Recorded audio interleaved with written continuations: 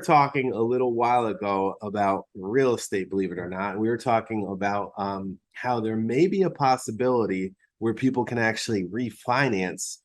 Rates at one point were like 6.5%. They were super high for a couple weeks.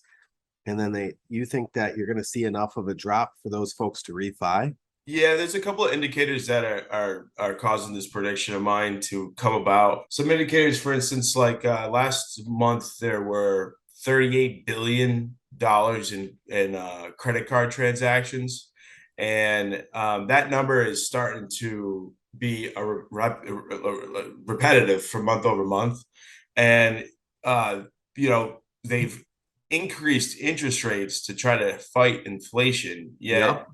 people are still spending money, but it's borrowed money. And when they start to rack up credit cards over time, they it's so virtually impossible to get out from underneath them unless they go through some financial big decision. Maybe they sell off an asset, they sell off some stocks, or they sell off a piece of property, or they refinance a piece of property. And refinances generally only makes sense when the interest rate is much less, enough to at least recoup the cost and then some when you go to refinance. And that's a strategical economic move Oh, by the feds to lower the housing rates, the interest rates that affect housing as well, yeah.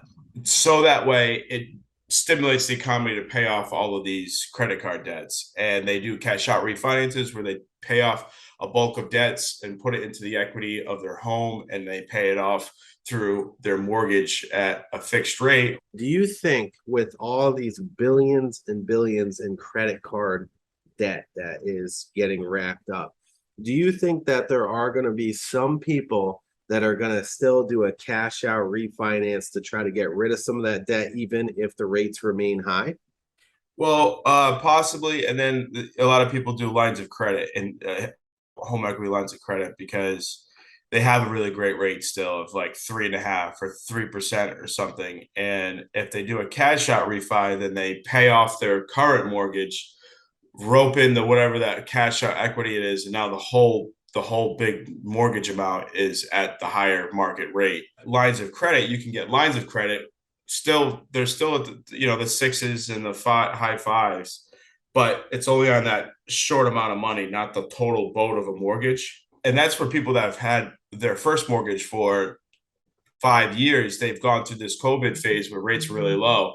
I'm more talking to the people that have closed in the last 6 months because they don't have a low 3.5% interest rate. They have something in the high fours, high fives, low sixes, and you can refinance whenever you want. So if you bought 3, 4, 5 months ago, and your rate starts with a five, be on the lookout for rates to go into the fours, because that's when it's going to be time to really capture that moment to refinance and shave off a couple $100 off your mortgage. And that's getting you back down to where you thought you were going to be when you probably started your buying surge. Get the house that you really like. Buy the one that you love, because you can always improve your mortgage payment in the future once you own the home. The home Yeah. is yours.